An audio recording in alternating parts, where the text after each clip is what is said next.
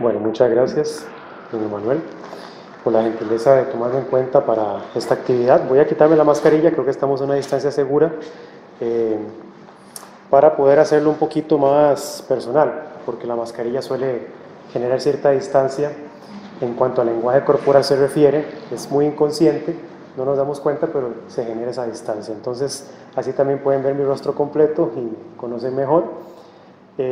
Para mí es un placer estar acá con ustedes, compartir este ratito sobre un tema tan evocador, un tema tan necesario, tan pertinente, pero al mismo tiempo, como le comentaba a don Emanuel, tan desconocido, sobre todo para las nuevas generaciones.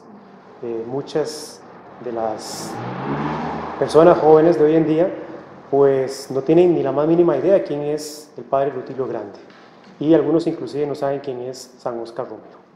Entonces, su figura, su biografía, su testimonio, el de ellos dos tan interrelacionados, tan vinculados, es algo fundamental para recuperarse y también pues para poder comprender mejor cómo vivir nuestra fe en salida, como lo quiere el Papa Francisco, una iglesia en salida. ¿Qué significa esto? Una iglesia que se abre al mundo, pero desde esa riqueza que contiene en su interior. La da a conocer, la comparte y la regala, inclusive, es algo gratuito. Que gratuito es Dios, Dios es pura gratuidad, es amor incomprensible muchas veces, y esa incomprensibilidad del amor alcanzó en el padre Rutilio, en Monseñor Romero y en tantos otros, un nivel que nos desborda todavía hoy en día. Entonces, vamos a comenzar una breve exposición sobre lo que es. Primero, quisiera hacerles una breve referencia al contexto sociohistórico, político, religioso, por supuesto, en Centroamérica. Algunas generalidades, no podríamos entrar en detalles muy específicos por el tiempo, pero sí nos permitiría tal vez hacer un breve sondeo para tener una idea más clara, para que entonces, para comprender por qué ellos vivieron su fe, la experimentaron de la forma en que lo hicieron, tan cercanos a las personas más oprimidas, más marginadas de la sociedad.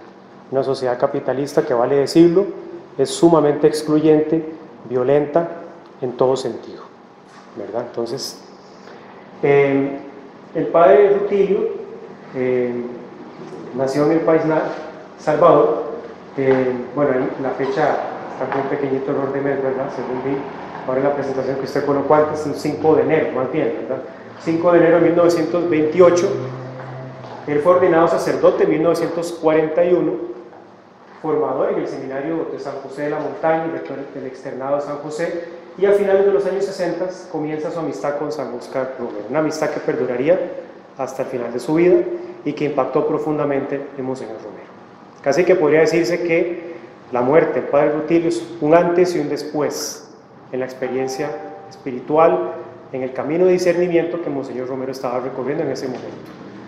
El 24 de septiembre de 1972 se convirtió en párroco de Aguilares y es asesinado en esa fatídica fecha del 12 de marzo de 1977, de una forma infame, profundamente inhumana. Él, junto con las otras dos personas que le acompañaban, Manuel Solórzano y otro muchacho, ¿verdad? También. Ahora, todo esto se enmarca en un contexto muy particular. Es el contexto de la época en que se está ubicado tanto el padre Rutilio como Monseñor Romero, y es el contexto geopolítico de la Guerra Fría. Entonces, este contexto geopolítico de la Guerra Fría, que se extendió desde el 45, con el fin de la Segunda Guerra Mundial, hasta el 91, fecha en que cae la Unión Soviética, es, por decirlo así, todo ese ambiente conflictivo, polarizado, tenso, que permea todas las regiones del planeta, Centroamérica por supuesto, y este enfrentamiento, que no solamente militar de manera indirecta entre Estados Unidos y la Unión Soviética, es sobre todo ideológico, llega a polarizar fuertemente a las sociedades de Occidente, y por supuesto El Salvador, como el resto de Centroamérica, no fueron la excepción. Entonces, vale decirlo, el otro evento importante fue el Concilio Vaticano II y los nuevos aires de renovación eclesial. El Concilio Vaticano II fue un concilio eminentemente pastoral, no es un concilio dogmático, de carácter dogmático, y esto es muy interesante porque la Iglesia en los 20 concilios anteriores siempre definió dogmas, casi siempre, o anatemas, que eran condenas a errores teológicos o mejor dicho, herejías, pero el Concilio Vaticano II tiene otra aproximación completamente diferente. Es una aproximación pastoral, de apertura. La Iglesia intenta refundar, replantear su relación con el mundo moderno, porque el mundo moderno, vale decirlo, nació en una profunda contradicción y enfrentamiento con la Iglesia. Entonces, la Iglesia durante el Vaticano II trata de replantear este diálogo, un proceso que, bueno, todavía está en desarrollo, vale juzgarlo más adelante cuáles van a ser sus frutos. Ya algunos están surgiendo, algunos frutos de renovación muy interesantes. Por ejemplo, en África, la Iglesia Católica está teniendo un crecimiento bellísimo en África. En América Latina está de una forma muy variada, todavía presente. No se puede entender Latinoamérica sin lo religioso. Los latinoamericanos somos profundamente religiosos, en una gran variedad de expresiones riquísimas, no tanto sincréticas, sino dentro del mismo cristianismo. Entonces, Vaticano II marca un antes y un después, por supuesto, en la vida del Padre Rutilio, como en la vida de Monseñor Romero y tantas personas que intentan replantearse su fe en un contexto social y económico bastante tenso. Las sociedades centroamericanas están sufriendo de una profunda desigualdad socioeconómica. Hay amplios sectores de la población que están excluidos de la riqueza nacional, no solo económica, sino también de la participación social, cultural y demás. Aunado a esto, entre los años 60 y 80, en Centroamérica como en Suramérica, se instauran varias dictaduras, muchas de orientación política de derecha, la mayor parte, cabría decirlo. En Sudamérica, por ejemplo, en el Cono Sur, tenemos la dictadura en Chile, que se instaura a partir del 73 con Augusto Pinochet, tras el golpe de Estado que se le comete a Salvador Allende, democráticamente elegido. Brasil, por supuesto, saliendo de una dictadura de los años 60, Uruguay, Paraguay, Argentina, ni que se diga, y Centroamérica sufre la dictadura en El Salvador, Nicaragua y, por supuesto, Guatemala. Todos estos países centroamericanos, los hermanos centroamericanos, sufren también una serie de conflictos civiles, y esto polariza a las personas. Los conflictos bélicos, si lo vemos desde un punto de vista psicológico, sacan a relucir lo peor de las personas, lo más oscuro, lo más bajo, pero también lo más noble y lo más elevado en cuanto a humanidad y santidad se refiere. Aquí tenemos ejemplos y tantos mártires anónimos, inclusive, de los que no sabemos quiénes son todavía, pero que murieron por su fe y por las personas. Entonces, todo este contexto permea profundamente la situación social que el Padre Rutilio tiene que afrontar, Monseñor Romero tiene que afrontar. El Salvador está viviendo una fuerte tensión social, toda la década de los 70 está muy marcada por esta situación, hasta el estallido de la guerra civil en el 79, que se extiende hasta el 92, un conflicto que literalmente desangró a El Salvador. Más de 75.000 personas murieron durante este conflicto. Y el Padre Rutilio, vale decirlo, fue el primero de 17 sacerdotes y religiosos asesinados en El Salvador durante dicho periodo. Entonces, cabría preguntarse lo siguiente, y podemos pasar. ¿Por qué fue asesinado el Padre Rutilio? Hay tres elementos importantes acá, tres grandes escenarios en los cuales el Padre Rutilio, como Monseñor Romero posteriormente, empiezan a desplegar su proyecto de renovación eclesial y espiritual. Tenemos acá la parroquia rural, en la cual el Padre Rutilio fue un precursor, maestro realmente, de ese vínculo que se establece con las personas en el día a día, en zonas alejadas y empobrecidas. El Salvador, como fue el pueblo de Aguilares, el Padre Rutilio es un artífice de lo que es una nueva forma de entender el ser iglesia en el ámbito rural. Porque recordemos que las desigualdades entre las zonas urbanas y las zonas rurales en este momento son muy marcadas. Si son marcadas hoy en día, en esta época era peor. Entonces, la parroquia rural es el primer gran escenario en el que el Padre Rutilio empieza a desplegar toda una renovación eclesial que, por supuesto, entra en conflicto con el Estado salvadoreño y empieza a desarrollarse este ambiente de persecución que cada vez va recrudeciéndose hasta ser asesinado. El otro escenario es la catedral, y aquí es donde entra Monseñor Romero. Monseñor Romero reinventa de alguna u otra forma lo que es la homilía, ya no una homilía que está tan distante a veces de las personas. Una homilía, un estilo de prédica que era muy común en los obispos del momento, que era un tanto distante, muy centrado en cuestiones teológicas que no son menos importantes, pero también es importante tomar en cuenta las necesidades de las personas, las necesidades concretas, no solamente materiales, sino espirituales. Recordemos que no solamente de pan vive el ser humano, sino de toda palabra que sale de la boca de Dios. Y en ese sentido el padre Rutilio con Monseñor Romero van reinventando estos escenarios. Monseñor Romero, desde la catedral, desde el espacio catedralicio, ¿verdad?, como arzobispo, empieza a proyectar toda una nueva forma de comprender la fe, en cercanía con los demás, en el acompañamiento. Ahora, el video que don Emanuel colocó al inicio fue muy bello porque la persona que estaba exponiendo hablaba del padre Rutilio como un acompañante espiritual. Bueno, ¿hasta dónde llega el acompañamiento? Hasta las situaciones más extremas y dramáticas. A nosotros nos puede resultar un tanto ajeno porque nuestro contexto costarricense, inclusive en esta época, no estaba tan afectado por estos conflictos civiles. Aquí no hubo guerras civiles entre los 60s y los 80s. La última, como sabemos, fue en el 48. Pero Costa Rica ciertamente se vio afectado, impactado como país a nivel ideológico, a nivel político, no tanto a nivel bélico como sabemos, pero igual, mucha gente se vio involucrada en muchas formas. Entonces, la catedral es este espacio que Monseñor Romero empieza a reinventar, muy inspirado por la renovación que el Vaticano II quiso proponer. Entonces, el tercer escenario es la universidad, y este es muy interesante. Está vinculado directamente con la masacre que hubo en la Universidad José Simeón Cañas, la UCA, en El Salvador, donde fueron asesinados varios jesuitas, entre ellos Ignacio Ellacuría, religiosas también. ¿Y por qué fueron asesinados? Porque el ejército salvadoreño, con sus escuadrones de la muerte, ingresó a un campus universitario y mató a una serie de académicos. Pensaríamos que los académicos son inofensivos, pero no lo son, cuando su boca está movida por el Espíritu.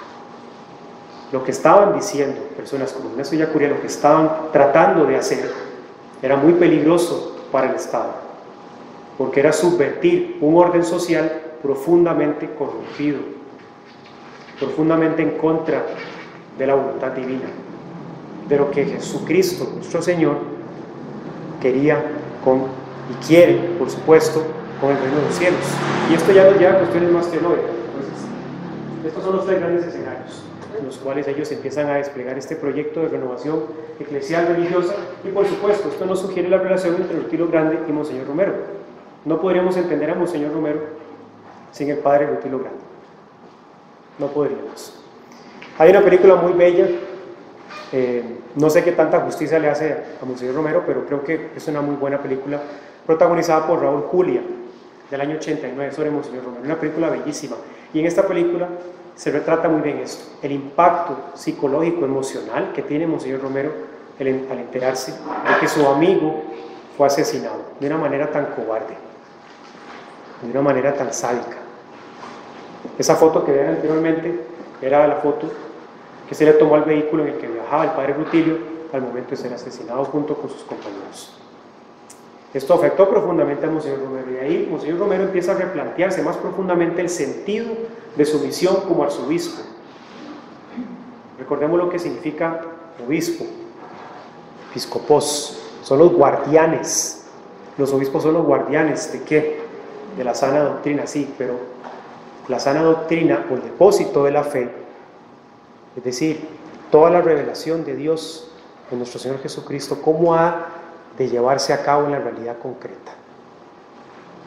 Todo lo que el Señor nos ha revelado, cómo ha de realizarse en la realidad concreta, tomando en cuenta las necesidades de las personas, sus situaciones del día a día, sus vicisitudes, sus sufrimientos, la violencia que muchas veces sufren los sectores más marginados, los pobres. ¿Qué es lo que nos dice la segunda conferencia del episcopado latinoamericano en Medellín en 1968? La irrupción de los pobres. ¿Por qué irrumpen los pobres? Porque son muchos, son muchísimos, no se pueden ignorar. Y esta es la gran irrupción de los pobres en la iglesia del momento, todavía repercute hoy en día. Latinoamérica en este momento estaba experimentando unos índices de desigualdad, de pobreza de violencia enormes. Los obispos, por supuesto, no podían volver la cara ante esta realidad, no podían hacerse la vista gorda.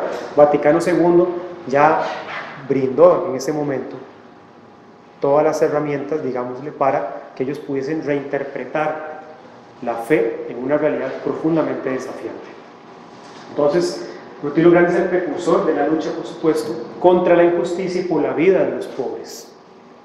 El Señor se dirigió prioritariamente a los pobres, se dirige a todos invita a la conversión, pero se dirige principalmente a los pobres, que en su sociedad, recordemos, los más marginados eran los enfermos, los lisiados, las mujeres en la sociedad de Jesucristo del siglo I eran menos que los esclavos, tenían un estatus social más bajo inclusive que el de los esclavos. Los niños ni que se diga. ¿Y qué hace el Señor? Coloca a un niño en el centro. Recordemos en aquel episodio del Evangelio, coloca a un niño en el centro y nos dice: el que no se haga como uno de ellos no entrará al reino de los cielos. El Señor invierte todo el orden social. Entonces, ¿qué es lo que aprenden el padre Rutilio, Monseñor Romero, Ignacio Yacurí y tantos otros? A invertir el orden social. El reino de Dios, entre más se hace presente, más hace aflorar las contradicciones de nuestras sociedades y las nuestras. Ya vamos a ver un poquito de esto.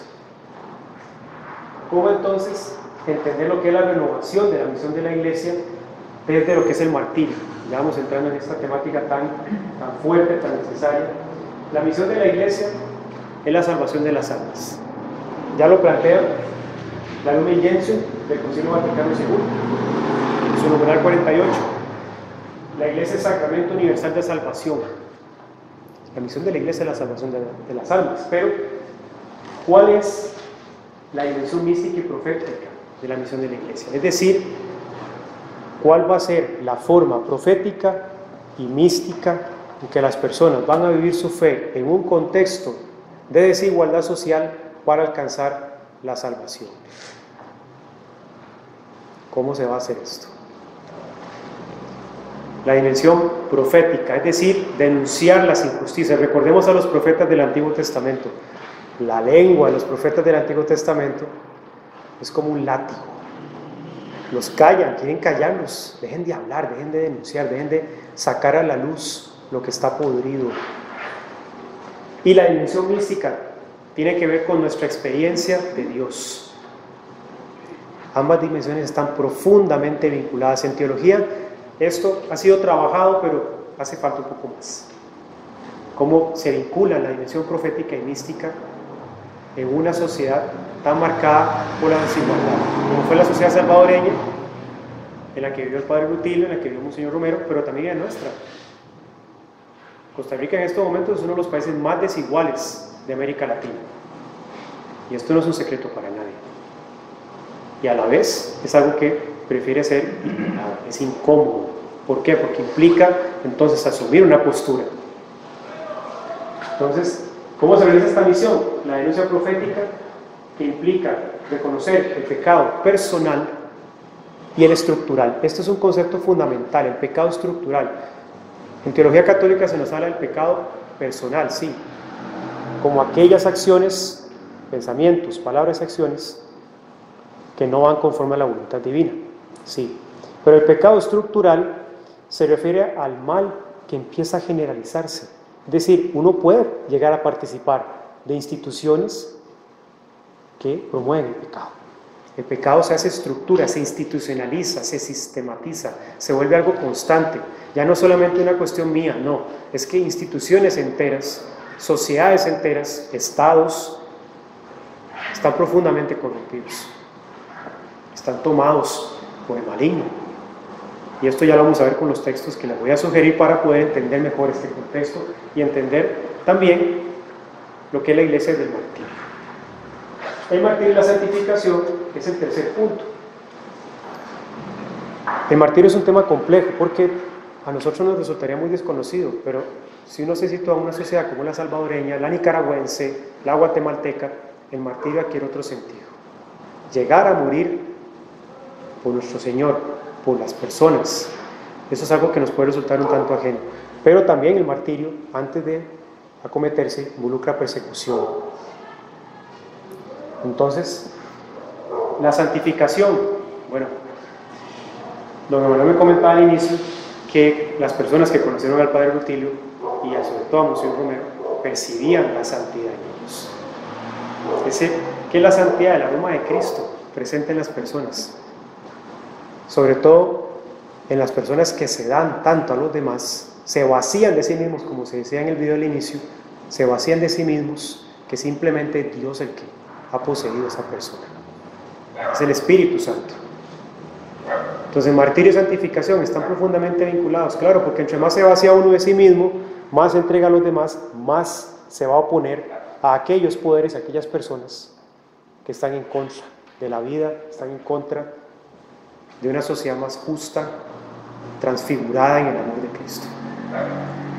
Ese vaciarse de sí mismos tiene una dimensión profundamente mística también. Es simplemente encontrarnos con Dios a tal punto, en el acompañamiento de los otros, en el compromiso social, que ya no estamos nosotros. Llega a ser lo que decía San Pablo: ya no soy yo quien vive, sino que es Cristo quien vive en mí. Es Cristo el que me mueve. Y el camino de Cristo es el camino de la cruz. Es el camino del Calvario. Implica el martirio, sí. Implica el sufrimiento, sí. Monseñor Romero, el Padre Rutilio, Ignacio Ellacuría eran hombres de sufrimiento, de ver a las personas sufrir de la forma en que sufrían, ellos mismos sufriendo marginación. Bueno, Monseñor Romero tuvo unos conflictos muy fuertes con el resto del episcopado salvadoreño. Llegó a ser visto de muy mala manera. Y ni que se diga por parte de los poderes políticos, no gustaban. ¿Por qué? Porque estaban denunciando el pecado estructural que estaba instalado en la sociedad salvadoreña, como también el resto de sociedades centroamericanas. Entonces, esto nos lleva a los textos que quisiera sugerirles para no abarcar mucho el tiempo. Creo que me queda un ratito todavía. Primer texto para comprender entonces por qué es tan importante recordar a figuras como el Padre Rutilio, ahora próximamente a ser beatificado. Por qué es tan importante recordar a Monseñor Romero, sus homilías. Ojalá puedan leerlas, son maravillosas, son textos permeados por el Espíritu Santo, realmente. El primer texto es este de Lucas capítulo 2, versículo 30 al 35, para poder entender la iglesia martirial, la iglesia profética. La iglesia en Centroamérica, como lo decía Pablo Richard, logró reinventar la forma de comprender el ser iglesia dentro de una sociedad desigual, violenta y que empobrece a tantos sectores. Nuestra fe implica un compromiso con los más débiles, con los más marginados, implica un compromiso. Entonces, este primer texto, yo le nombro un texto que es como señal de contradicción. ¿Por qué? Porque este es el texto de Lucas que también se medita en el Santo Rosario. Si lo vemos, entonces está transmitiéndonos qué cosa. Ahora, Señor, puedes, según tu palabra, dejar que tu siervo se vaya en paz, porque han visto mis ojos tu salvación, la que has preparado a la vista de todos los pueblos. La luz para iluminar a los gentiles y gloria de tu pueblo Israel. Su padre, su madre, es decir, José y María, estaban admirados de lo que se decía de Jesucristo. Simeón les bendijo y dijo a María, su madre: este está puesto para caída y elevación de muchos en Israel y para ser señal de contradicción, y a ti misma una espada que atravesará el alma, a fin de que queden al descubierto las intenciones de muchos corazones. Nuestro Señor es signo de contradicción, por tanto su iglesia es signo de contradicción. La iglesia nace del Sagrado Corazón de Jesús, atravesado por las iniquidades y las maldades de los seres humanos. La iglesia es signo de contradicción. ¿Signo de contradicción con qué? Con un mundo que se opone totalmente a la voluntad de Dios. El Señor viene a poner al descubierto lo que está en los corazones. Nada se esconde a la mirada divina. El Señor es señal de contradicción. Entonces, ¿cómo entender la iglesia martirial en este sentido? Bueno, es una iglesia que es señal de contradicción. Y ese ser señal de contradicción implica muchas veces, e implicó en su momento para muchos, sufrir la muerte. Hay muchas formas de morir, pero esta es muy concreta, ¿no? Es la más concreta que podemos pensar. No hay nada más absoluto que la muerte en esta vida, ¿no? Entonces, ¿cómo se va a morir? Bueno, hay una oración en nuestra tradición: pedirle al Señor una buena muerte. ¿Cuál es esa buena muerte? Eso solo el Señor lo sabe. ¿Tuvieron ellos una buena muerte? Como el señor Romero decía, que su sangre iba a ser semilla, ya lo vamos a ver al final. Su sangre iba a ser semilla para la liberación de los pueblos. Este es el primer texto que se puede meditar para comprender el testimonio de ellos, para comprender la iglesia martirial, la iglesia permeada por el martirio en esta época, la iglesia perseguida. Y el siguiente texto que podemos meditar, una reflexión antes de pasar al otro texto que quisiera compartirles también es: ¿qué significa ser iglesia militante? Voy a recuperar acá una vieja eclesiología muy tradicional, pero que es tan necesaria, y es aquella eclesiología que nos dice que hay 3 iglesias. Cuando uno le pregunta esto a las personas, ¿cuántas iglesias hay?, casi siempre te dicen una. No, no es una, son 3. Son 3 estados de una misma iglesia. La iglesia militante somos nosotros en esta vida terrena, militantes. Estamos militando, estamos combatiendo. ¿Combatiendo contra qué? Contra la injusticia, contra el pecado. Y de manera indirecta, no porque lo queramos, combatiendo contra aquellos que están fomentando el pecado. Pecado estructural que fomenta la desigualdad, la injusticia, la violencia. No solamente el pecado meramente moral, sino un pecado que es moral pero que ya permea la sociedad y la cultura. Entonces, ¿qué significa ser iglesia militante? Bueno, es la iglesia que está inserta en el mundo. Luego tenemos la iglesia purgante, las ánimas del purgatorio. Tan descuidado hoy en día el purgatorio, ya incluso hay católicos que ni siquiera creen en el purgatorio. Pero sí existe, créanme que sí. Y todo el tiempo está permeando nuestra realidad a nivel espiritual. Y eso tiene repercusión en la sociedad y la cultura, pero desborda nuestra comprensión. Y la iglesia triunfante, los santos que en el cielo interceden por nosotros. San Óscar Romero intercede por nosotros. Padre Rutilio intercede por nosotros. ¿Por qué les planteo esta eclesiología? Bueno, porque la iglesia triunfante, en última instancia, recordemos el texto del Apocalipsis 21, capítulo 21, versículo 1. Y vi un cielo nuevo y una tierra nueva. La salvación no es meramente algo abstracto, es algo que va a llegar a transformar toda la creación, y eso involucra a las sociedades. Un cielo nuevo y una tierra nueva. El Señor va a recrear, va a transformar, va a renovar todo en su amor, y eso implica necesariamente hacer a un lado todo aquello que está corrompido.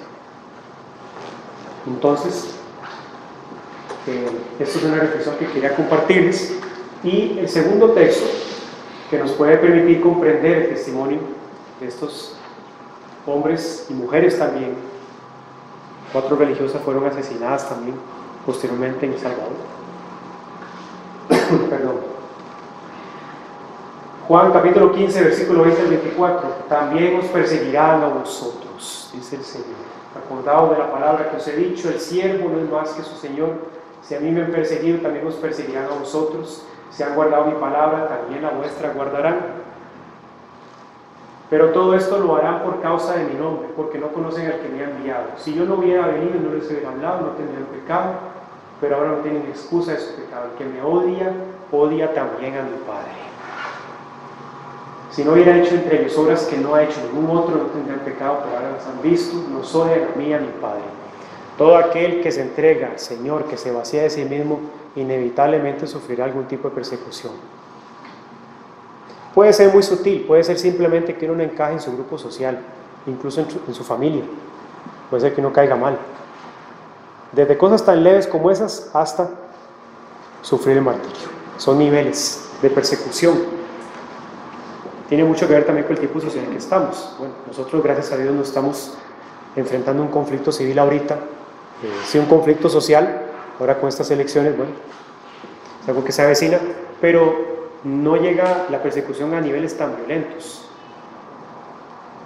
pero en el testimonio de Padre Rutilio, de Monseñor Romero, podemos comprender con toda crudeza lo que este texto nos quiere decir y lo que la Iglesia sufre a través del martirio.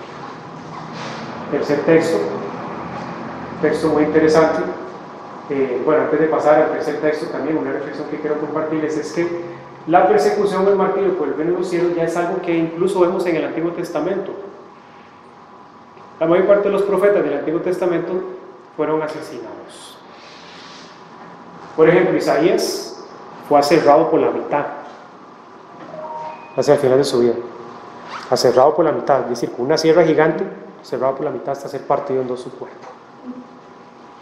No es un juego, ¿verdad? Sus palabras eran como un látigo, eran fuego que estaba quemando el pecado, y a quienes están tan sumidos en el pecado, pues obviamente eso no les va a agradar. Y quienes están en el poder, con mucha mayor razón. Pecado estructural nuevamente. El profeta Jeremías murió en Egipto luego del exilio de los israelitas en Babilonia en el año 587 a.C. El profeta Jeremías murió martirizado también, y el profeta Ezequiel, exiliado en Babilonia, también. Los apóstoles, todos los mataron. San Juan fue el único que no sufrió martirio, pero fue exiliado en la isla de Patmos. Sufrió persecución, todos los mataron, no por casualidad, y mejor ni siquiera les describo la forma en que los asesinaron. Eso está sobrando, pero ya tenemos una idea. Es decir, la fe se hace tan presente que el pecado saca toda su violencia a través de los poderes temporales, el Estado, las diferentes instituciones. Santiago capítulo 3, sobre la lengua. Bueno, vuelvo a la lengua nuevamente. ¿Qué nos dice Santiago? La lengua es un fuego que consume todo, un órgano tan chiquitito, tan difícil de dominar. Por algo el Papa Francisco ha criticado tanto a los chismosos, ¿no? Quien domina su lengua es casi un santo, diríamos, por la gracia de Dios, ¿verdad? Quien domina su lengua casi que ha alcanzado la perfección cristiana, porque es tan pequeñita, pero cómo cuesta. La lengua, nos dice un académico español, Luis Duch, catalán, la lengua nos transmite una ambigüedad que es inherente a nuestra condición humana. ¿Qué significa esto? Es lo que dice Santiago: con la lengua yo puedo bendecir, puedo denunciar lo que está mal, lo que está corrompido, puedo bendecir, puedo hacer un bien, yo puedo cambiar la vida de una persona con la lengua, con un par de palabras, pero también puedo destruir la vida de alguien con un par de palabras. También puedo destruir la vida de una persona con los chismes. La lengua tiene esa ambigüedad que es inherente a nuestra condición. Nos debatimos entre la oscuridad y la luz, entre el pecado y la santidad. Entonces la lengua, por supuesto, los profetas, los apóstoles, en ellos llega a ser un fuego que quema. Por eso les decía que Monseñor Romero, desde el espacio de la catedral, reinventó la homilía, porque la homilía, el púlpito, puede ser un espacio para la denuncia profética. ¿Qué es denuncia profética? Denunciar lo que en la sociedad se opone a la voluntad divina. Entonces, pasamos al tercer texto, finalmente, que es un texto que se refiere justamente a lo que es el combate espiritual, que Monseñor Romero, bueno, va a ser algo que ya incluso afectó su vida, Padre Rutilio igual, que es el texto de San Pablo, Efesios capítulo 6, versículos 10 al 16.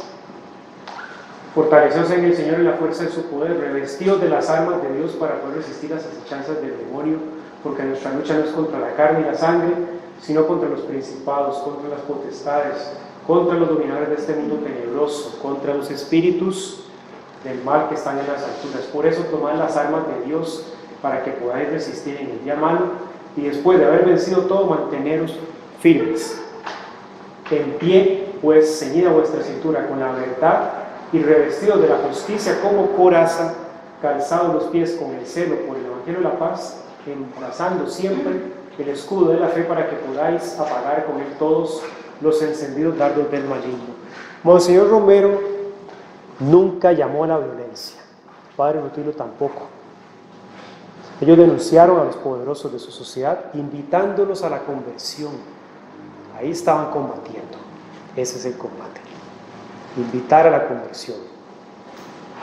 Es un combate desde el amor, y el amor es concreto. Amor con amor se paga, se nos dice por ahí. El amor es concreto y a la vez trascendente. ¿Concreto en qué? En el acompañamiento, en el compromiso con los otros, en una solidaridad que tanta falta hace hoy en día. Y la pandemia, pues vale decirlo, simplemente ha sacado a reducir con mayor fuerza ese distanciamiento que ya estaba afectando nuestro tejido social, si se quiere. Entonces este texto nos refiere no solo al combate espiritual, sino a cómo vivirlo en concreto, en la realidad, en el día a día. Es un texto que nos puede servir mucho. Y finalmente, entonces, vamos ya entrando más en concreto con lo que es la lucha contra el pecado y la injusticia. Toda la dimensión martirial se deviene de esto, que sufre martirios porque ha allanado su camino sin saberlo, al denunciar, al combatir, al estar con los más débiles. El ver, juzgar y actuar es un método que la teología latinoamericana ha desarrollado, tiene sus raíces ya en la tradición cristiana, pero es un método tan necesario. ¿Por qué? Porque Monseñor Romero lo aplicó en su realidad concreta, por ejemplo, y el ver nos refiere al hecho de que tenemos que analizar la realidad en que estamos. Nuestra fe no se vive en una probeta de laboratorio, no se vive en lo aislado, se vive en la realidad concreta. Hay que analizar la realidad, y para analizar la realidad podemos recurrir a distintos instrumentos que nos dan las otras ciencias como la sociología, la psicología, las ciencias políticas. Hacemos uso de todos los recursos para poder comprender la complejidad de nuestra realidad. El juzgar es cuando contrastamos esa realidad que hemos analizado y la voluntad divina, que tanto se opone la realidad en que estamos a lo que Dios quiere, a su reino. Y el actuar es algo que se va instrumentalizando desde la oración, el apostolado, la misión y el compromiso social. ¿Por qué pongo la oración primero? Porque es la más descuidada. Pasa mucho en la iglesia, en los apostolados, que las personas se ven consumidas a veces por un activismo muy intenso. Están en un montón de actividades, aquí y allá, tantos compromisos. Pero si no hay vida interior, si no hay oración como un diálogo, como un encuentro transformante y místico con el Señor, que día a día se ejercita, si no hay oración, si no hay vida interior, ocurre lo que el padre Ignacio Larrañaga decía: terminamos descentrándonos, desgajándonos, terminamos secos y poco podremos decir. Monseñor Romero era un hombre de oración, padre Rutilo también, eran hombres de oración.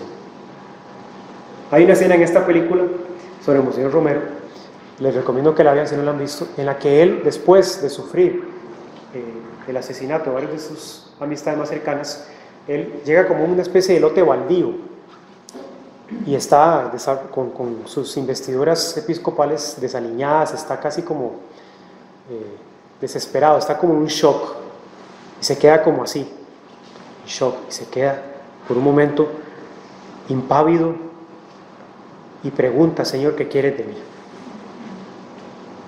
¿Qué quieres de mí? Oración en el momento más intenso. ¿Qué quieres de mí? Después de ese momento él vuelve con otro rostro. Ocurre lo que el padre Larrañaga decía: resplandecía la luz del Señor en su frente. La misma luz que resplandecía en el rostro de Moisés cuando desciende del Sinaí. Moisés tiene que cubrirse el rostro porque los hebreos se asustan de ver su rostro resplandeciendo, son conscientes de su impureza. Bueno, en hombres como ellos resplandece la gloria de Dios, silenciosa, tan sutil como resplandece también en María Santísima, en el silencio. Si no hay vida interior, el apostolado, la misión van a terminar perdiendo su norte, porque no se trata de nosotros, se trata de lo que Él haga, cómo Él transforma la realidad. Tiene que haber oración. Yo hago mucho énfasis en esto, porque es lo más descuidado.